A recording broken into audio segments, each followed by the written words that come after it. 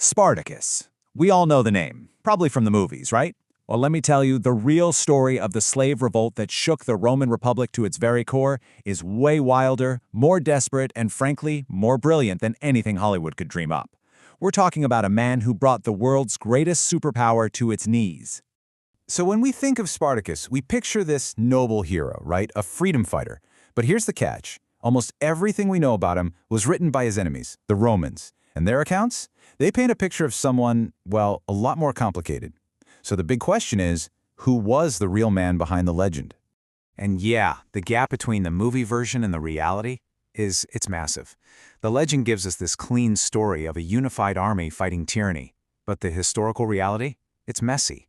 We're talking about a Thracian ex-soldier leading a fractured group with totally different goals. And their first plan wasn't some grand crusade against Rome. Nope. It was a desperate, simple plan. Just get out. Just escape. So, to really get a handle on how this massive revolt even happened, we've got to go back to the beginning. We need to understand the man himself and the brutal world he was forced into. Okay, so before Spartacus was a gladiator, he was a soldier. The ancient writers tell us he was a Thracian. That's modern-day Bulgaria and Greece. And get this, he might have actually served in the Roman army as an auxiliary soldier. Now, you need to remember that fact, because his military training is the key to, well, everything that comes next. But something went wrong. He was captured, sold into slavery, and shipped off to a gladiator school in Capua, Italy. A complete 180 from his old life. And we've got to clear something up right away because it's a huge misconception. When you hear gladiator, you might think of some disposable prisoner thrown to the lions. Not even close. These guys were incredibly valuable investments. Think of them like modern prize fighters or star athletes. Their owners fed them, housed them, gave them top-notch medical care. Because a dead gladiator doesn't make any money. It was bad for business.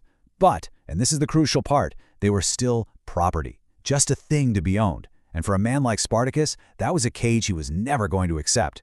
And that brings us to the moment it all began. The spark that lit an absolute inferno. It was a desperate, improvised plan that, by all accounts, should have been a total failure. So the story goes, they had this big, elaborate escape planned, and someone niched. The plan was blown. They had to think fast. So about 70 of them just stormed the kitchen, grabbing whatever they could, knives, meat spits, you name it, and used them as weapons. They literally fought their way out. And then, in an incredible stroke of luck, they stumbled upon a wagon full of actual gladiatorial weapons and armor. In that moment, they went from being a handful of desperate fugitives to a real armed threat. And their first move? It was a brilliant one. They headed for high ground, setting up a base on the slopes of Mount Vesuvius. Now, Rome wasn't worried at all. They saw this as a minor little problem, just a few runaway slaves. They didn't even bother sending a proper army, a legion. They just sent a small local militia, figuring they could just surround the mountain and starve them out. It was a massive underestimation. And right here we get the first true glimpse of Spartacus's military genius. He sees something the Romans missed. There's this one sheer cliff face they haven't bothered to guard, because, who could possibly climb down that? Well, Spartacus could. He has his men gather up wild vines, weave them into strong ropes, and then, under the cover of total darkness, they rappel down the cliff. They sneak around and launch a surprise attack on the Roman camp from the rear. The militia had no idea what hit them. They were totally wiped out. And just like that, with one brilliant, impossible victory, everything changed. You see, that win at Vesuvius wasn't just a battle. It was like a giant signal fire lit up for everyone to see. The message spread like wildfire across Italy to tens of thousands of other enslaved people. Resistance isn't just a dream, it's possible. And that's when the rebellion really started to explode. Think about it. This whole thing started with just 70 guys. 70. A small band of gladiators who, by all rights, should have been caught and killed within a week. But instead, within a few months, that number ballooned to a staggering 70,000. And it wasn't just soldiers. We're talking men, women, children, mostly rural slaves and shepherds, all flocking to join them. To really understand why so many people would risk everything to join this cause, you have to understand the society they were so desperate to escape. The Roman Republic, for all its glory, was literally built on the backs of enslaved people. In Italy at the time, somewhere around a third of the entire population was enslaved. A third. This wasn't just a workforce, it was a powder keg just waiting for a spark. And news of Spartacus's victory, that was the spark.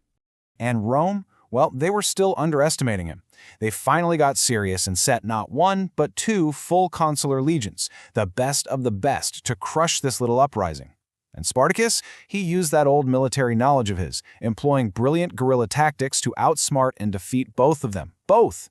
This was an absolute, complete humiliation for the unstoppable Roman war machine. But with great size comes great problems. This massive army wasn't a single unified group, it was more like a fragile coalition, and the cracks were starting to show. At the heart of it was a huge disagreement about the whole point of the rebellion. You had Spartacus, the strategist. He saw only one real path to freedom: march north, get over the Alps, and then everyone could just go home, escape. But his number two, a guy named Crixus, he and a lot of the others wanted something else. They wanted revenge. They wanted to stay in Italy, to fight, and to plunder. It was escape versus vengeance. And that split was going to be fatal.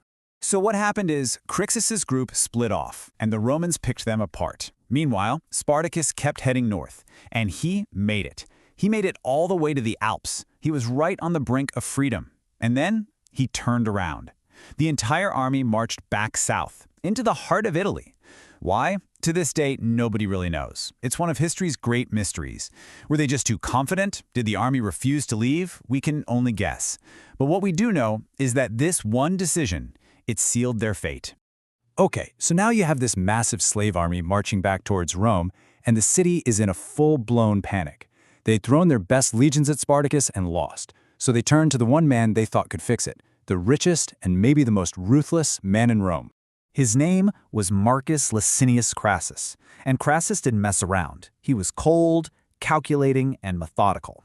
To trap Spartacus's army in the south of Italy, he built a wall, a massive trench and a rampart stretching 55 kilometers across the entire toe of Italy's boot.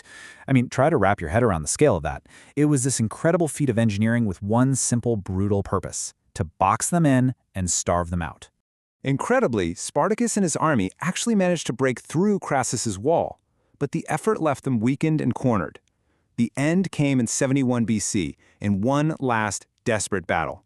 The Roman historians say that Spartacus died like the soldier he was, fighting in the absolute thick of it, trying to cut his way straight to Crassus. But, in one final mystery, his body was never found. He just vanished from history. For those who survived the battle, what came next was arguably worse than death. Rome's vengeance was absolute, and Crassus was going to make an example of them. He took 6,000 survivors prisoner, and he had every single one of them crucified. Not just anywhere, but along the Appian Way, the main road leading into Rome. Imagine that. For 200 kilometers, that's about 120 miles, a cross was placed every 40 or 50 yards. It was a calculated, brutal, horrific message screamed at every single person in the Republic. This is what happens when you dare to defy Rome. So why are we still talking about this guy 2,000 years later? What's the takeaway? Well, for one, his rebellion exposed the deep, rotten vulnerability at the very heart of Rome's slave-based society. It proved that a brilliant leader could take a group of untrained, oppressed people and forge them into an army that could beat the best legions in the world. And maybe most of all, because we only have the Roman side of the story, the real Spartacus, what he truly wanted, what he believed in, will always be a bit of a mystery. And that leaves us with one final question. For centuries after, Rome did its best to bury this story, to write it off as just a minor blip. But you have to wonder if the fear ever really went away. So, was Spartacus just a historical footnote? Or was he a shadow that never truly left Rome? A constant, terrifying reminder of just how fragile their whole world actually was.